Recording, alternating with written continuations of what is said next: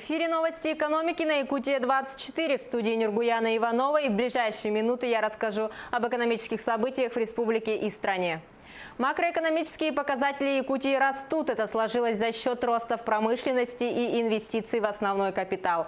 Увеличение промышленного производства обеспечено предприятиями по добыче алмазов, нефти и золота.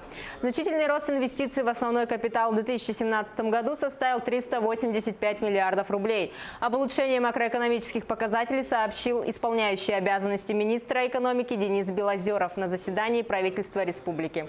В ходе заседания Кабинет министров региона рассмотрел 21 вопрос. Они касались внесения изменений в отдельные законодательные акты республики по вопросам приватизации и по организации проведения капитального ремонта. Одной из ключевых тем стало увеличение размера МРОТ, которое ожидается в мае текущего года. В результате повышения МРОТ в 2018 году ожидается рост реальных зарплат, которые превысит прогнозный уровень и составит 104,4 к предыдущему году. Об этом также сказал Денис Белозеров. Это связано с тем, что Конституционный суд Российской Федерации принял решение, согласно которому районный коэффициент и северные надбавки будут начисляться сверх минимального размера оплаты труда, установленного в регионе. Принятые изменения обязывают работодателей к увеличению минимальных гарантий в оплате труда. Для бюджетной сферы эти изменения влекут дополнительные расходы, которые оцениваются в размере 4 миллиардов рублей из бюджета республики. Величина прожиточного минимума на душу населения за четвертый квартал 2017 года в целом по республике составила 16 610 рублей.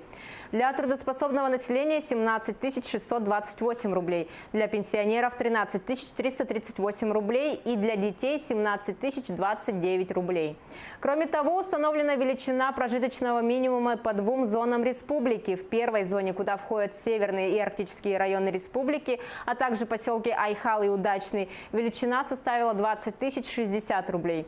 Во второй зоне Якутии на душу населения величина прожиточного минимума составила 16 197 рублей. К этой зоне относятся центральные районы, районы Вилюйской группы, а также Усьмайский и Мирнинский районы. Отмечу, что величина прожиточного минимума применяется для обоснования пособий, субсидий и других социальных выплат до установления величины прожиточного минимума на следующий квартал. Более миллиарда рублей было предусмотрено на социальную поддержку детей-сирот в 2017 году. Единая субвенция включает в себя 6 ежемесячных выплат. Индексация в этом году составила порядка 42 миллионов рублей. По результатам социально-экономического развития Якутия занимает передовые места в различных рейтингах. Так, в рейтинге по индексу развития человеческого капитала, который отражает уровень социального развития, качество жизни, демографическую и миграционную ситуацию, Якутия занимает первое место в Дальневосточном федеральном регионе. Якутия также продолжает оставаться в первой десятке субъектов федерации, имеющих инвестиционный уровень кредитного рейтинга, равный суверенному рейтингу страны. Компания «Сургутнефтегаз» за 3 последних года выплатила Якутии 27 миллионов рублей за негативное воздействие на окружающую среду. На проведение природоохранных мероприятий, таких как рекультивация шламовых амбаров, строительство природоохранных объектов, ремонт и замена трубопроводов, было потрачено около 5,5 миллионов рублей. Об этом было сказано на выездном заседании коллегии Минохраны природы в Ленске с промышленными предприятиями, действующими на территории Якутии.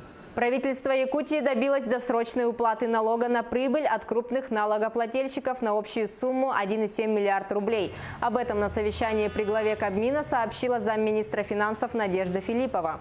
В целом, за январь-февраль текущего года неналоговые и налоговые доходы поступили в сумме 11 миллиардов 974 миллионов рублей с увеличением на 37%, что составило 3,3 миллиарда рублей.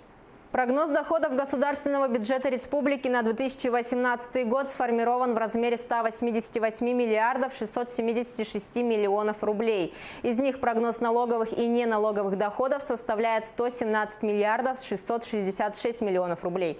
Годовой план поступления по налоговым доходам составляет 101 миллиард 234 миллиона рублей.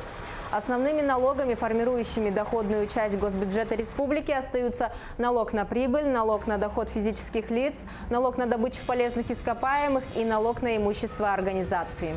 Прогнозный план на 2018 год по неналоговым поступлениям в госбюджет сформирован в сумме 16 миллиардов 432 миллионов рублей. Основными источниками формирования прогноза неналоговых доходов являются дивиденды по акциям, принадлежащим Якутии. Бюджетный прогноз по данному источнику составляет 11 миллиардов 61 миллион рублей. Объем расходов в 2018 году прогнозирован в сумме 190 миллиардов 380 миллионов рублей. Из них свыше 63 миллиардов рублей – это межбюджетные трансферты, дотации на обеспечение бюджетной обеспеченности муниципальных образований, которая составляет свыше 17 миллиардов рублей. По состоянию на 1 марта расходы государственного бюджета исполнены в сумме 20 миллиардов 366 миллионов рублей.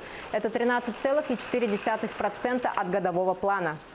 В развитие аэропортов Севера и Дальнего Востока нужно вложить дополнительные инвестиции. Такое мнение выразил вице-премьер Аркадий Дворкович. По его словам, власти обязаны найти ресурсы для вложения дополнительных инвестиций в аэропорты Севера и Дальнего Востока, модернизацию и строительство новых взлетно-посадочных полос, принимающих различные типы воздушных судов, более качественной и надежной связи между отдельными областными центрами и центров макрорегионов. Далеко не все эти логистические цепочки выстроены. Необходимо с учетом извлечения уроков накопленного опыта и свежим взглядом посмотреть, что необходимо сделать в первую очередь, сказал Аркадий Дворкович. Напомню, на реконструкцию аэропортов на Дальнем Востоке планируется направить 2,2 миллиарда рублей. В этом году средства будут выделены на реконструкцию 9 аэропортов Дальнего Востока, в частности Якутске, Тикси и Среднеколымске. Минвостокразвития России предлагает отдельно включить новую редакцию государственной программы «Социально-экономическое развитие Дальнего Востока и Байкальского региона» раздела по опережающему развитию территории Арктической зоны Российской Федерации. Отметим, что в состав Арктической зоны входят два субъекта Российской Федерации Дальневосточного федерального округа. Это частично Якутия и полностью Чукотский автономный округ. На этом у меня все. Оставайтесь в курсе экономических событий на Якутия 24.